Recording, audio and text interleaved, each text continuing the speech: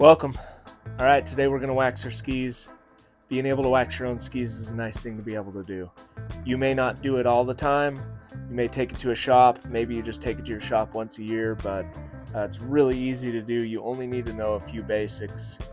So I'm going to show you today how to wax your skis. A lot of the things I'm going to show you today are mandatory. Some of the things are mandatory, and some of the things are optional. Just to go over some of the items we're going to use today. An iron. This is a mandatory item. You're going to need some sort of plastic scraper. These are really easy to find and cheap. Rubber band. This holds the brakes down, gives you a little area to work. So a really nice item to have. Of course, wax. Basically, when it comes to wax, there's a couple of schools of thought. You can get big bricks like these. These are more or less universal wax. This is kind of a universal warm wax. This is a universal cold wax. These are pretty cheap and easy. You can go to a ski shop and ask for shop wax like this, and you can get a ton of it for pretty cheap. And it works out pretty well. You can also get wax like this. This wax is a little bit more specific to temperature. This is what I'm gonna use more of a colder wax. This time of year for early and mid-season, I tend to use cold wax, whether it be purple like this, or I have a little tiny chunk of this blue wax left. This is Swix wax too, but I really like to use the blue or purple pretty much for the beginning of the season all the way through maybe February, March. Even if it gets warm out, the snow temperature I find is still really cold, so I tend to use blue or purple. I've found that works well for me, and that's what I like. One of the reasons you're going to want to wax your skis is, your skis just get kind of dirty. They get a little chalky, and you can see my ski here. I didn't do a very good job at the end of the season putting them away. They still have some dirt and some mud on them from, last May skiing at Snowbird. So if I was really smart, last year at the end of the season, I would have done this and added wax to it at the end of the season. And then now, the beginning of this season, I would be just scraping off that wax that's been there all summer. And that wax just helps protect the base all summer, but obviously I did not do that. Another thing you can do is get some rubbing alcohol and just kind of clean off the base. I'll put a little bit of that on there. You can also go out and buy base cleaner, but alcohol works fine. Okay, so a few basics. Basically, all these waxes are supposed to be heated to a certain temperature. That's why I really like to buy a good Swix iron or a similar brand iron where it tells you the exact temperature of what your iron is at. You don't want the iron so hot that it will smoke and burn the wax. You also don't want the iron to burn your base. And that can be hard when you're using, because basically the harder and colder the wax is, the more temperature you need to get it into the base. So if you're using like this green wax, this green Swix wax, this is incredibly hard wax, takes really high temperatures to melt it.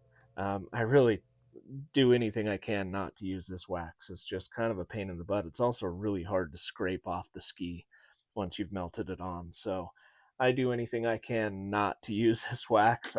One step down is the blue, so I tend to use the blue a lot for a lot of the cold situations, blue or purple. Okay, just going to get started here. We've cleaned off the base. I'm just noticing there's a few little burrs on my edges, so I'm going to take this stone and just kind of freehand, kind of take some of those burrs off. Some on this side too. Anytime you're taking burrs off, you want to do this side first and then the base side second. So if you leave anything on there, it's not sticking straight down, it's sticking out to the side.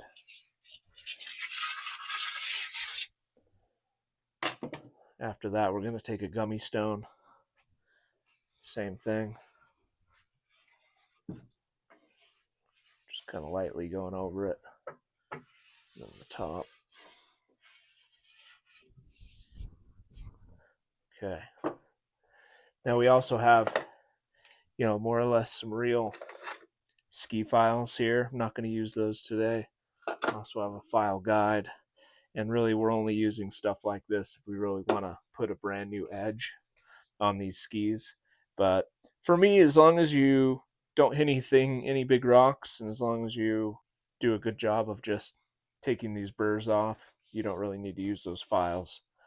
Just these kind of like diamond stones that you can buy work really well, and a gummy stone, and these are pretty soft. And you just want to make sure, for me, you just want to make sure it's nice and smooth. You want a smooth surface, no burrs. All right, I'm going to take the iron, purple wax, and we're going to start to apply this wax.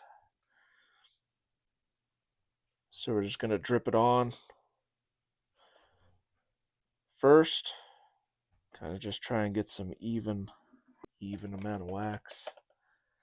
I'll even have a little tiny of this blue left. We'll kind of put a little bit of blue on there. Why not?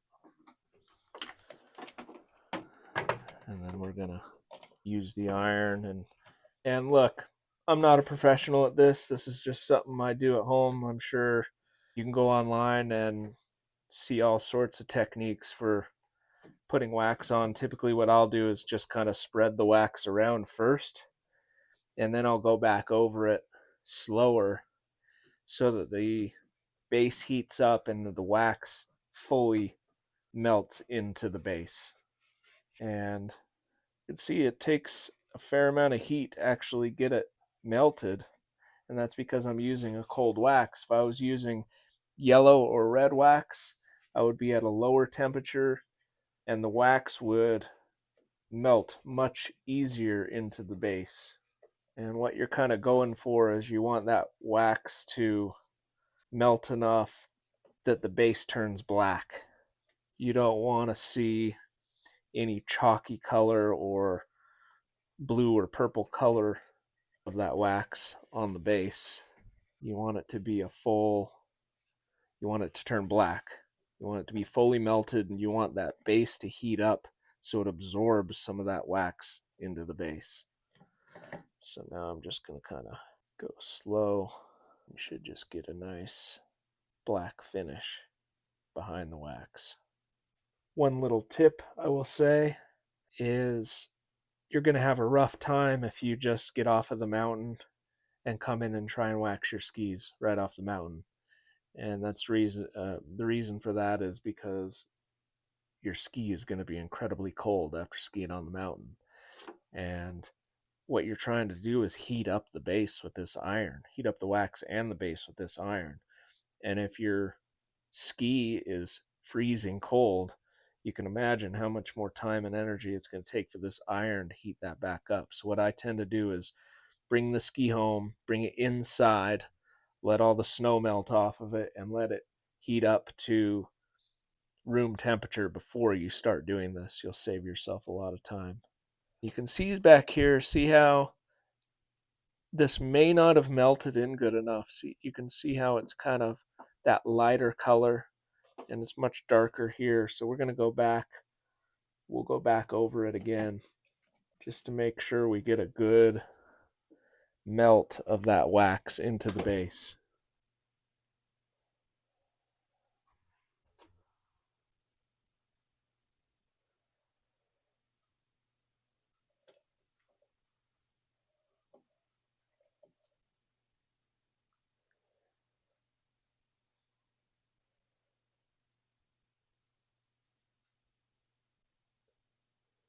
It's looking pretty good.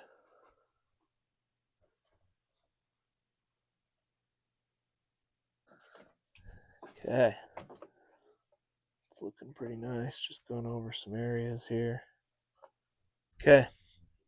What we want to do is set this aside, grab the other ski, do the same thing on the other ski. Basically what we want, you can see that the wax is still really warm and black. We want this to cool off and fully cool and harden before we scrape it off. Now, just another little tip. Let's say your base got really dirty. Maybe you skied over some really dirty snow or somehow got some grease or whatever on the ski. Or maybe you're a park skier and you're grinding rails on your ski. you can do what's called a hot scrape. And a hot scrape is where you take the plastic scraper and you scrape this off while the wax is still hot. And what happens is the wax sticks to a lot of the impurities and dirt on the base. And if you do that hot scrape, all that dirt and crap comes off with the wax. And I tend to, if I'm going to do a hot wax, I tend to not use the good expensive wax. I'll use this really cheap paraffin wax you can buy at the grocery store. This is super cheap, but it's really good for hot scraping because you can get it on there really easily and then scrape it immediately off, get all those impurities off, and then go back and put on the good wax that you want to use for the season. So we'll set this aside, get our next ski here. These rubber bands are so nice to have. These hold the brake out of place, so you have a clean, smooth ski to work on. You do need a brush, whether it's nylon or horsehair or whatever. This is a Toco brush. They're easily available, but you do need to get a brush. Another item that I find really nice are these mounts that are just mounted to our bench here. They have a rubber coating on here so that when the ski is on here, it sticks to it really well. It gives you a really nice working surface. It also has these notches here, so if you wanted to work on your edges, you can kind of lock them into place here. You can also buy, I'm sure you've seen, they make clamps that will clamp the ski into place, and those work fine too. I really like these though. These have been my preferred way to do it. All right, so we got the ski waxed, set it aside to cool, so it's nice and cool to the touch.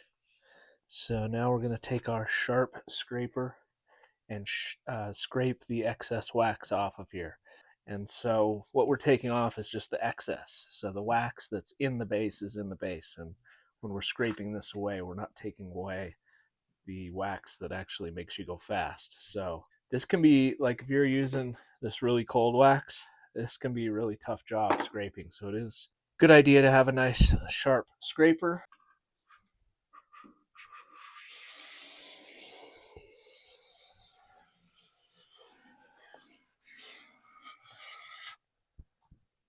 Now, I don't know if you can see that. Most of this wax that came off is pretty clean, but in here a little bit, there's a little bit, you can tell some dirt and some grime kind of came up with that wax. And that's what I was talking about with hot waxing is, you know, the dirt and grime kind of sticks to the wax. So when you scrape it off, some of that dirt comes off. And you can see that's kind of happening now too.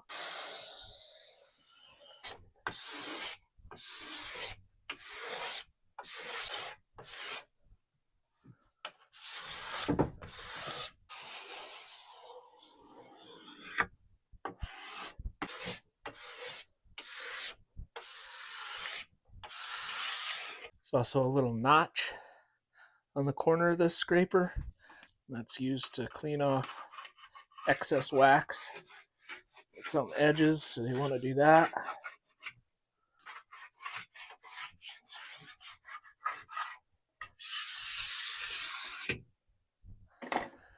Okay, grab the next ski.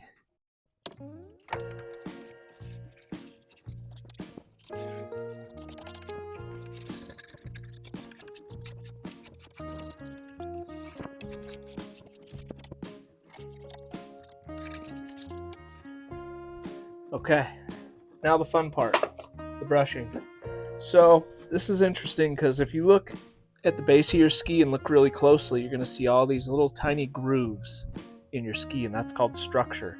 Basically what you're doing with this brush is you're cleaning out all those little grooves of all the excess wax. And it's just basically giving all those little grooves, give all the little water particles and snow particles a place to go.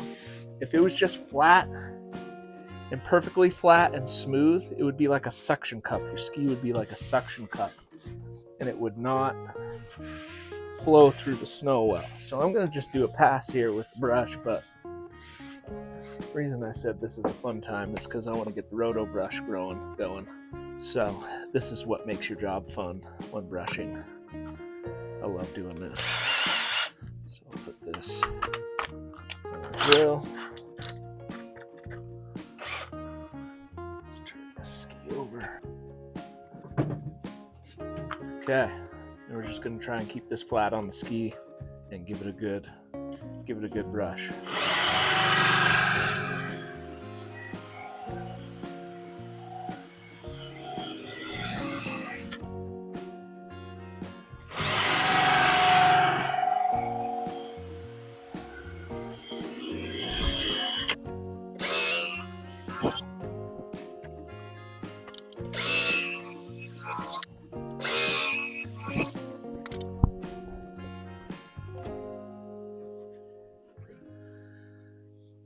So I'm just going to grab the camera and show you in here.